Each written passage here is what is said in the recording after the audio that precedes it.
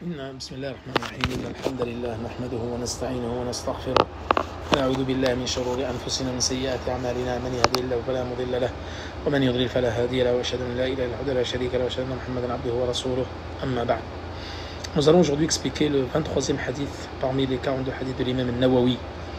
عن أبي مالك الحارث بن عاصم الأشعري قال قال رسول الله صلى الله عليه وسلم الطهور شطر الإيمان والحمد لله تملأ الميزان وسبحان الله والحمد لله تملأان وتملأ ما بين السماء والأرض والصلاة نور والصدقة برهان والصبر ضياء والقرآن حجة لك أو عليك كل الناس يغدو فبائع نفسه فمعتقها أو موبقها رواه مسلم. Abu Malik al-Harith ibn Asim al-Ash'ari a dit, qu'Allah le préserve, le messager d'Allah sallallahu alayhi wa sallam a dit, la purification est la moitié de la foi. Faites les louanges d'Allah, emplit la balance. Glorifier Allah et faire ses louanges emplissent ce qui est entre les cieux et la terre, ou le ciel et la terre. La prière est lumière, l'aumône est une épreuve, la patience est source de lumière, le Coran est une preuve pour ou contre toi. Tout le monde sort le matin et vend son âme, certains ayant cherché leur salut et d'autres leur perte. Hadith rapporté par Muslim. Ce hadith, comme il l'a dit l'imam al-Nawawi dans son sharh de Sahih Muslim, il dit ce hadith est d'une importance capitale. Et c'est une base, ce hadith est une base parmi les bases de l'islam, car il regroupe énormément de règles et de choses importantes dans l'islam. Première partie de ce hadith, il dit At-tahur shatr al-iman, c'est-à-dire la purification est la moitié de la foi. En langue arabe, nous avons At-tahur bifathi ta, c'est-à-dire At-tahur, qui signifie la purification de l'impureté abstraite et l'impureté concrète. Et vous avez At-tuhur avec la dhamma sur le ta. At-tuhur qui est dévié du verbe tatahara. Donc c'est le substantif du verbe. Donc At-tahur ici, avec une fatha comme il est cité dans le hadith, il s'agit de la matière pure. Donc At-tahur, la matière telle que l'eau ou la terre en l'absence d'eau. Donc on dit At-tahur. Et quand on parle du verbe, c'est-à-dire le fait de faire les ablutions, on dit At-tuhur. Donc ici, concernant la purification, elle est de deux types. Il y a la purification qui est concrète, qui consiste à se laver des impuretés mineures et majeures par l'eau. C'est ce qu'on appelle les ablutions ou al-ghusl, c'est-à-dire les grandes ablutions. Ça, c'est la pureté concrète. Donc, at-tahur. Et il y a la pureté qui est abstraite. C'est le fait de se nettoyer et de laver ses péchés et se nettoyer de ses désobéissances et de ses mauvaises actions. Donc voilà deux types de purification. Ici, il dit c'est la moitié de la foi. Certains gens de science disent que tahur ici, comme il est cité dans le hadith, ça veut dire la purification des impuretés mineures et majeures, c'est-à-dire la purification concrète. Et dans cette purification rentre également la purification abstraite, qui est le fait de se purifier du polythéisme, de la mécréance, des hérésies et des différentes obéissances. Donc cela veut dire soit la purification concrète ou abstraite, ou cela veut dire les deux. Shatr al-iman, ça veut dire quoi? C'est-à-dire que c'est une partie.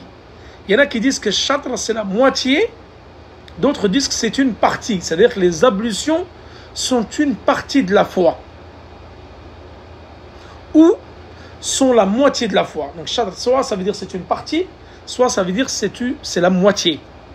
Donc cela signifie que la purification ici, c'est la moitié de la foi. Et ici donc, dans ce hadith, on fait référence à la purification qui est concrète. Donc le fait de faire ces ablutions pour faire la prière. Al-Iman, la partie de la foi, nous avons vu dans le hadith précédent que la foi avait différentes significations. Nous avons dit que la foi, c'était les actes par les membres, la croyance par le cœur, et le fait de la prononcer par la langue. Mais ça voulait dire également le tawhid, comme nous l'avons vu dans le cours d'hier. Et ça veut dire également tout ce qui renferme les choses qui sont invisibles, c'est-à-dire les actions invisibles, alors que l'islam signifie les actions visibles. Mais il y a une autre signification de la foi ici, qui est la salat. Donc la foi, l'iman, ça veut aussi dire la salat. Comme a été cité dans Surat Al-Baqarah, verset 143, où Allah subhanahu wa ta'ala dit وَمَا كَانَ اللَّهُ لِيُضِيعَ إِيمَانَكُمْ. C'est-à-dire qu'Allah subhanahu wa ta'ala ne va pas vous faire perdre votre foi. Mais ici, il entend parfois, c'est-à-dire votre prière. Ay salatakum. Ri'a salatakum, c'est-à-dire votre prière.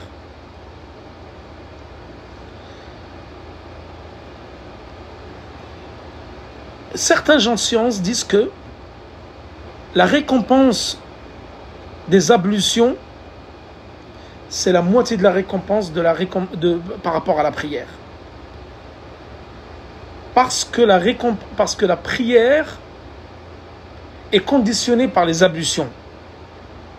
Et comme les ablutions sont une partie de la salat, et comme ici dans le hadith, c'est la moitié de la foi, donc de la moitié de la salat, et d'ailleurs la purification, c'est une condition parmi les 9 conditions de la prière. Donc comme les ablutions sont une condition, et c'est une partie de la prière, alors, car le prophète me dit, Allah n'accepte pas de l'un d'entre vous sa prière s'il est en état d'impureté jusqu'à ce qu'il fasse sa prière, jusqu'à ce qu'il fasse ses ablutions, pardon. Donc la signification de ce hadith, certains gens de science disent que At-tahur shatr al-iman, c'est-à-dire la purification, c'est la moitié de la foi. C'est-à-dire cette foi, c'est celle qui est invisible au niveau du cœur, mais qui est visible par les membres. Donc la foi, le fait d'y croire par le cœur, c'est une chose qu'on ne le voit pas, mais le fait de la mettre en pratique par les membres, c'est une chose qui est visible.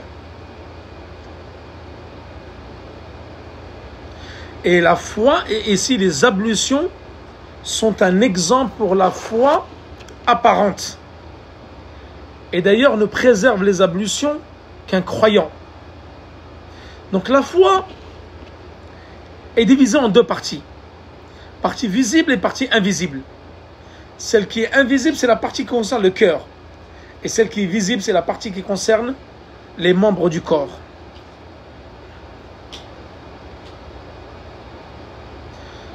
Les gens de science disent que tahur huna, c'est-à-dire la purification, au sens général du terme, c'est le fait de nettoyer les impuretés majeures et mineures.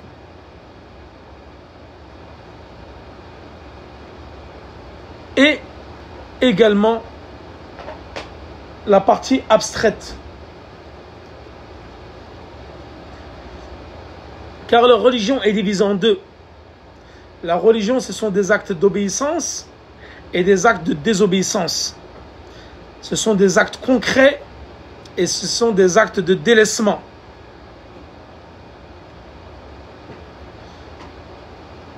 Le fait de faire des actes d'obéissance et le fait de délaisser, c'est délaisser les actes de désobéissance. Fattahur, on a ici le fait de nettoyer, de se purifier, c'est comme le délaissement. Donc ça, c'est la moitié. C'est une moitié. Le délaissement, c'est une moitié. Et faire une chose telle que purifier son âme, etc., c'est une autre moitié. Voilà, donc la religion est divisée en deux catégories. Le fait de faire des actes tels que purifier sa foi et le fait de délaisser les actes de désobéissance et de nettoyer son cœur de choses qui sont néfastes. Mais la majorité des savants, concernant ce terme, ils disent que dans ce hadith-là, la signification de tahara, c'est-à-dire la purification, c'est les ablutions. Et la signification de la foi dans ce hadith, c'est la prière. Voilà, donc concernant la première partie de ce hadith. Ensuite, il dit Walhamdulillahi tamla'ul mizan. C'est-à-dire faire les louanges d'Allah remplit la balance. Donc la louange et le fait de faire des éloges de celui qui nous accorde les bienfaits, la subsistance et autres. Donc le fait de faire ces louanges-là et de les prononcer avec la langue, ça remplit la balance. Et la balance, rappelez-vous, comme nous l'avons dit dans les 3 fondements, elle pèse 3 types de choses. Tout d'abord, les bonnes actions. Elles seront pesées le jour du jugement dernier. Ensuite, il y a l'amiloun, les gens. Nous serons également pesés le jour du jugement dernier. Waddawawin as-suhuf, c'est-à-dire les livres, les feuillets sur lesquels nos actions ont été inscrites de notre naissance jusqu'à notre mort, seront également pesés le jour du jugement dernier.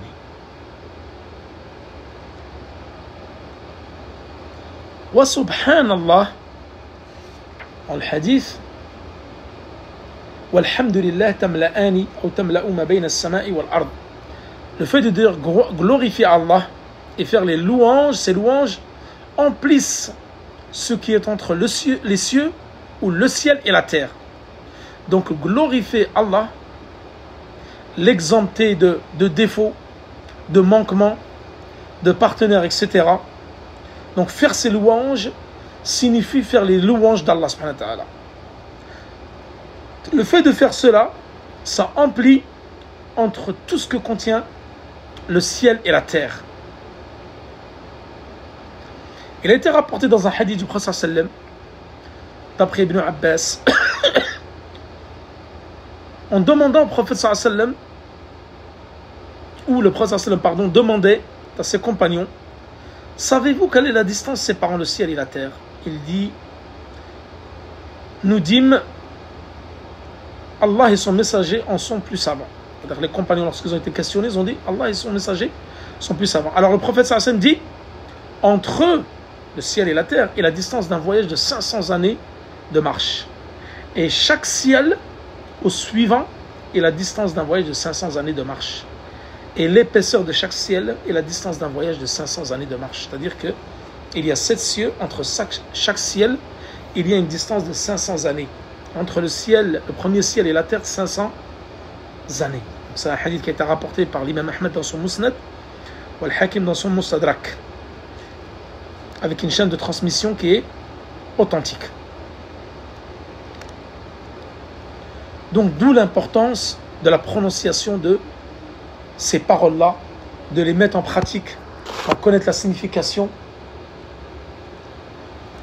pour avoir une récompense énorme qui est entre les cieux et la terre. Ensuite, il a dit Wassalatu nur. La prière est une lumière. Donc ceci concerne les prières obligatoires et les prières surrogatoires. C'est une lumière dans l'au-delà et une lumière dans cette vie-là. Et c'est une lumière sur le visage. Et celui qui préserve ses prières, Allah subhanahu wa ta'ala illumine son visage. Alors que celui qui délaisse les prières, Allah assombrit son visage. Donc celui qui préserve ses prières en les priant à l'heure, de façon constante et en groupe à la mosquée, alors Allah va illuminer son visage. Et ça sera également une lumière chez lui et une lumière pour lui le jour de la résurrection.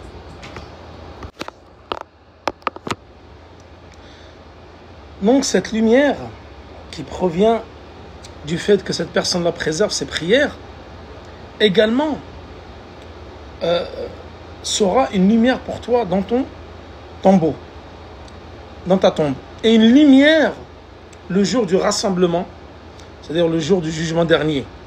Et ceux qui préservaient leurs ablutions et leurs prières, alors ils seront illuminés le jour du jugement dernier. Ils auront une tache blanche au niveau du front. Et également, la prière, comme il a été rapporté dans Surat Al-Ankabut, l'araignée, verset 45. Inna as-salata tanha 'anil fahsha'i wal munkar. En vérité, la prière préserve de la turpitude et du blâme. Allah subhanahu wa ta'ala dit également dans Surat Al-Baqarah, verset 45. Wasta'inu bis-sabri was-salah wa innaha lakabiratun illa 'ala al-khashi'in. Et cherchez secours dans l'endurance et la prière. Certes, la prière est une lourde obligation, sauf pour les humbles. Donc la prière, un sujet très important, car elle sera une lumière pour nous dans cette vie-là, dans notre tombe et dans l'au-delà. Ensuite, il a dit was-sadaqatu burhan. Et l'aumône est une épreuve. Donc l'aumône, c'est de verser des biens dans l'obéissance d'Allah subhanahu wa ta'ala, que ce soit zakat ou autre. Et d'ailleurs, le fait de sortir la sadaqa, de faire une aumône, c'est une preuve que cette personne-là qui la sorte, c'est une preuve de foi de celui qui sort cette sadaqa.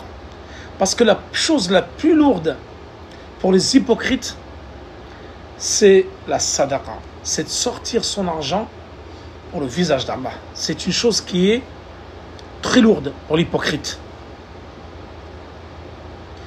Et vous savez que l'homme, de par son instinct, il aime l'argent.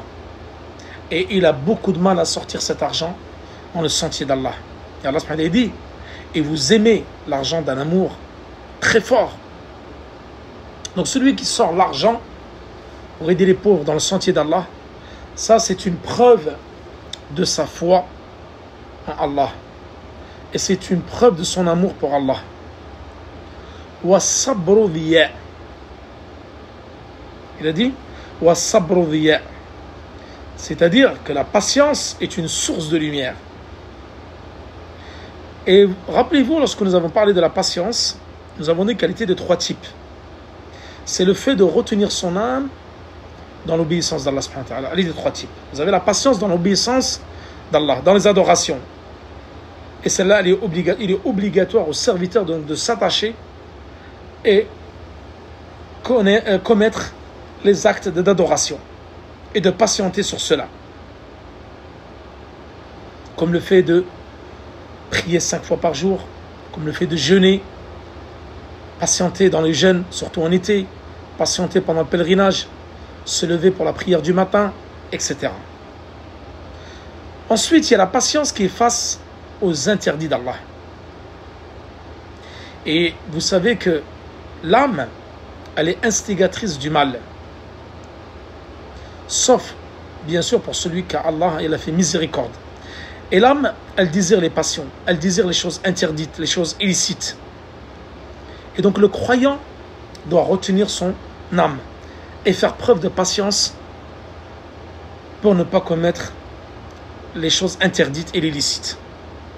Ensuite, vous avez le 3e type de patience, c'est la patience face au destin, qu'il soit favorable ou défavorable. Donc tout ce qui est douloureux dans le destin. Donc le musulman doit patienter lorsqu'une calamité touche ses biens, sa personne, sa famille, ses proches ou autres. Et il ne doit pas être mécontent ni s'indigner. Il doit se satisfaire du destin d'Allah subhanahu wa ta'ala et s'en remettre et remettre son affaire à Allah subhanahu wa ta'ala. Et vous savez que le secours vient d'Allah subhanahu wa ta'ala. Et si il patiente face à cette épreuve, il sera récompensé. Mais s'il ne patiente pas, il se lamente, alors il sera privé de la récompense. Et le fait qu'ici il a dit la prière est lumière et la patience est une source de lumière. Donc ici il y a deux mots différents qui ont été employés. Les savants disent que dhiya ici, donc c'est une source de lumière très forte. D'ailleurs la preuve, Allah subhanahu wa ta'ala dit huwa alladhi ja'ala ash-shamsa dhiya'an wal qamara nura. Regardez, celui qui a fait du soleil une clarté et de la lune une lumière. Regardez, il a différencié la clarté du soleil avec la lumière de la lune. Donc, les savants disent qu'il y a une différence. Dhiya, c'est une lumière, mais avec la chaleur, telle que la lumière du soleil, accompagnée de chaleur. Alors que la lumière de la lune, elle n'est pas accompagnée de chaleur. Elle est moindre que celle du soleil. Et celui qui patiente, alors il dégage cette lumière.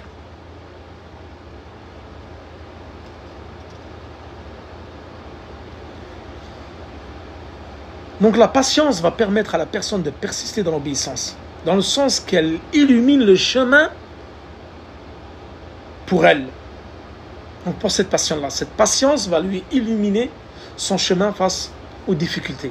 Ensuite, il a dit, le Coran est une preuve pour toi ou contre toi. Donc le Coran qui a été révélé par Allah à son messager, afin de guider l'humanité et de distinguer le mal ou le faux du vrai, et de sortir les gens des ténèbres à la lumière, celui qui le met en application, alors il sera une preuve pour lui devant Allah le jour de la résurrection. Quant à celui qui l'abandonne, qui ne le met pas en pratique, alors il sera une preuve contre lui le jour du jugement dernier. Et rappelez-vous, nous l'avons déjà vu dans une leçon importante, dans les 3 fondements, que le Coran, comme le jeûne, ils vont intercéder en notre faveur le jour du jugement dernier. Ensuite, le prophète Hassim, il a dit, tout le monde sort le matin. Ici, le mot qui est utilisé, yardou, signifie sortir de chez soi le matin.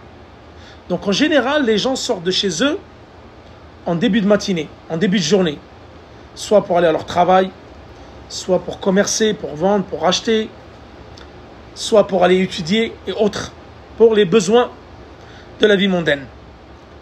Donc, sauf bien sûr ceux qui ne peuvent pas sortir, tels que les vieillards, les personnes malades, les femmes et autres. Et il dit ici, donc tout le monde sort le matin et vend son âme. Certains ayant cherché le salut et d'autres leur perte.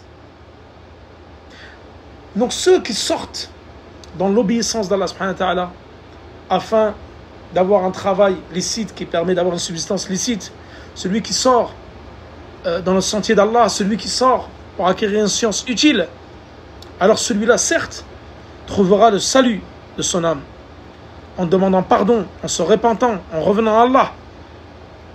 Et il y a ceux qui ont vendu leur âme, qui sortent pour faire des choses illicites ou autres. Ceux-là auront vendu leur âme. Et leur perte sera la conséquence de leurs actions. Donc voilà, concernant l'explication de ce hadith. Wa sallallahu ala nabiyina Muhammad wa ala alihi wa sahbihi wa sallam. Wallahu ta'ala a'la wa a'lam.